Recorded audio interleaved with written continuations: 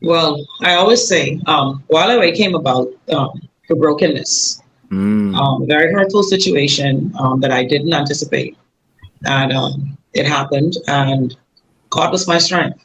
He taught me how to wait. We wait, but then there's a way to wait, and that's what a lot of us don't know. You can't wait and complain.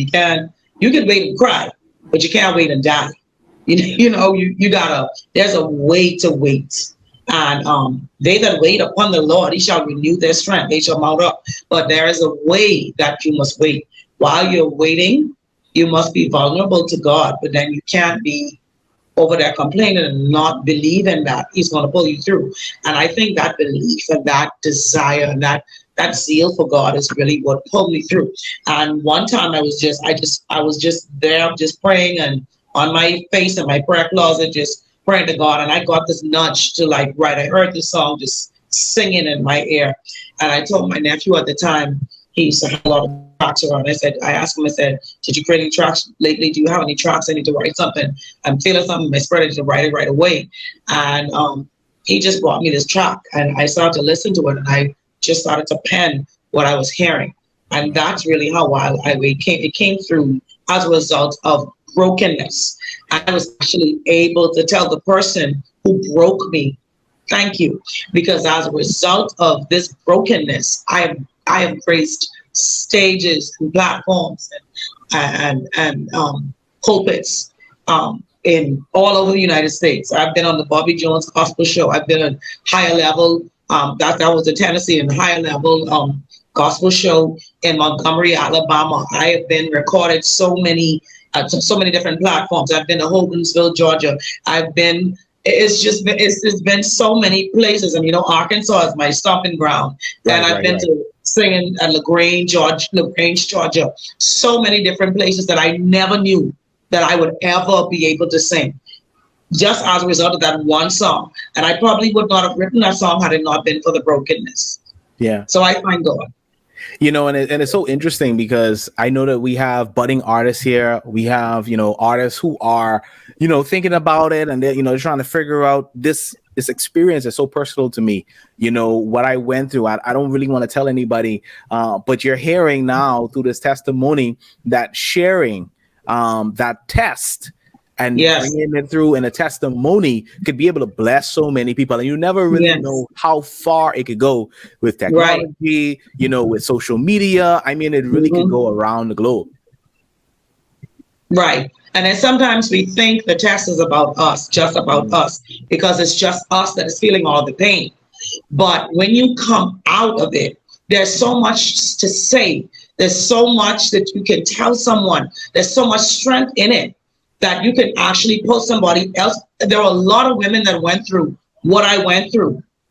And I was able to encourage them one by one to let them know that if God did it for me, He's going to do it for you. And there is something in this, not just for you, but for the other person that you're going to have to witness to. Yeah. It's not just you. It's about pulling others out of the pit. And it wasn't just me. Nobody's immune to this pit. Anybody could fall into it. But the grace of God, God doesn't allow people to go through certain situations because a lot of people cannot handle it. But for those of us who can handle it, we are the ones that God gives the test and the testimony to.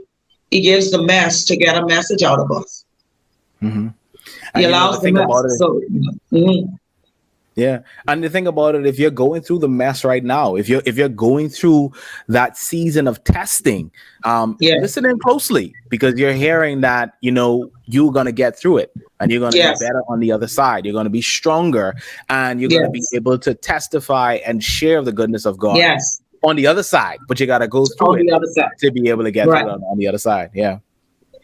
I used to feel like, it's cliche, or people don't know what you're going through, and they saying, when you're going to look back at these days and you're going to say, thank God. And I used to get upset because I'm like, I'm hurting, I'm broken, I don't see my way out. But truly, I can throw my hands and smile and say, thank God. that he brought me to the test. Not just that I came out, but that I went through it, because I learned so much. It changed me. It transformed me. I was really abrasive, and I wasn't in touch with myself, my feminine side, the love side of me. I wasn't in touch with that until I was broken, and then God molded me, and so now I'm a better person. I'm more understanding. I'm kinder. I'm more passive. I'm just it. I just came out different. Wow. And that's all glory be to God. God did that. It was a molding. And like in the book of Jeremiah, I say, arise and go down to the potter's house. You see the potter spinning the wheel. And it says that the clay was marred in the hands of the potter. And we think because we're saved, we're not going to go through anything, but the clay was marred in the hands of the potter. The clay was bent and out of shape and twisted and turning and all that stuff like that. But it wasn't until it got into the hands of the potter and the potter started to reshape it, that thing started to change and it started to look the way it was supposed to look.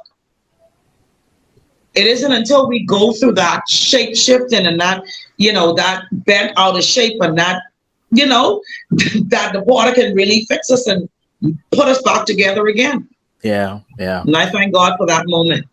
Yeah. We thank God because we are the recipients now of what God has done and is doing in your life. And I think we can all say that God has definitely got us. Yes, he's got us. He has. You see what I did there? Yeah. I see that. I saw it. I see what you did. And so God's got me. You had a very viral moment. I did. Started popping up on TikTok. People started doing that, stuff like that. What was that experience like? I mean, to think of a song, write a song, produce it, and not knowing what it's gonna do, and then you start seeing it on TikTok and people dancing to it and all this stuff. Let me tell you about that. That was not. I really didn't intend to release it during the pandemic. But the Spirit of the Lord spoke to me clearly. He said, a lot of people are going through. They need to know that I have them. They need to know that I've got them. Yeah. They need to know that I'm with them during the storm. You need to release this song. That song was such a blessing. I had this girl from the Army in Virginia who did a video and sent it to me. Wow. People in Georgia, people in New York, like people here. It was, I didn't expect it. Yeah. I didn't expect it, but God told me to release it. And I was like, but God, am I really hearing you? Because I can't promote it. I can't go anywhere. And, we locked down. You can't fly anywhere. You can't do concerts. You can't this, you can't that. God, this is such a good song. It was hard for me to obey. Because it's a good, it's a hit. You could hear it. And then, so many people got a hold of it. DJs in Houston, DJs in LA. It was just playing everywhere.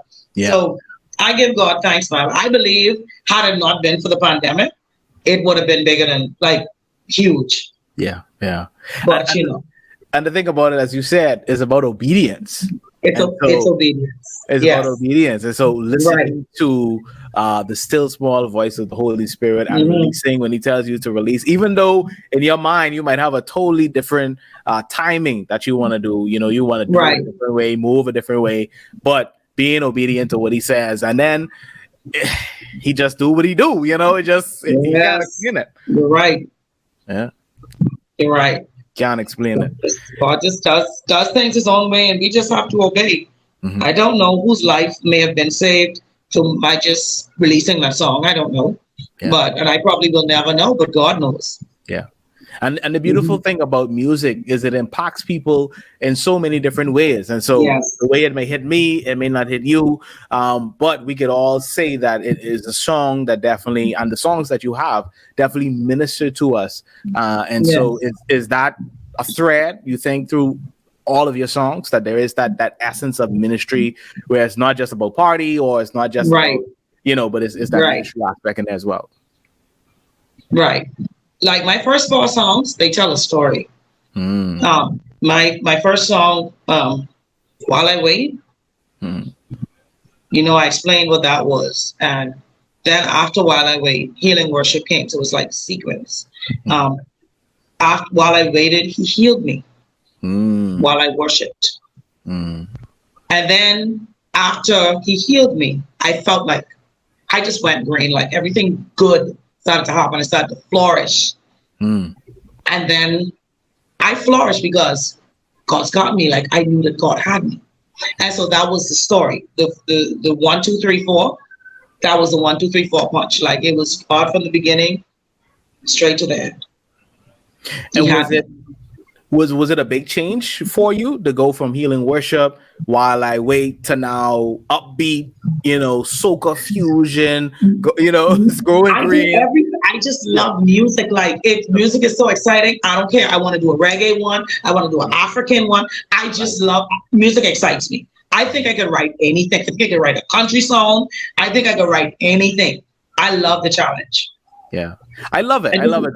Some artists they like to stay in one genre. They don't really like to switch. I'm sorry. No. I love to try. I love everything. I got something I'm working on.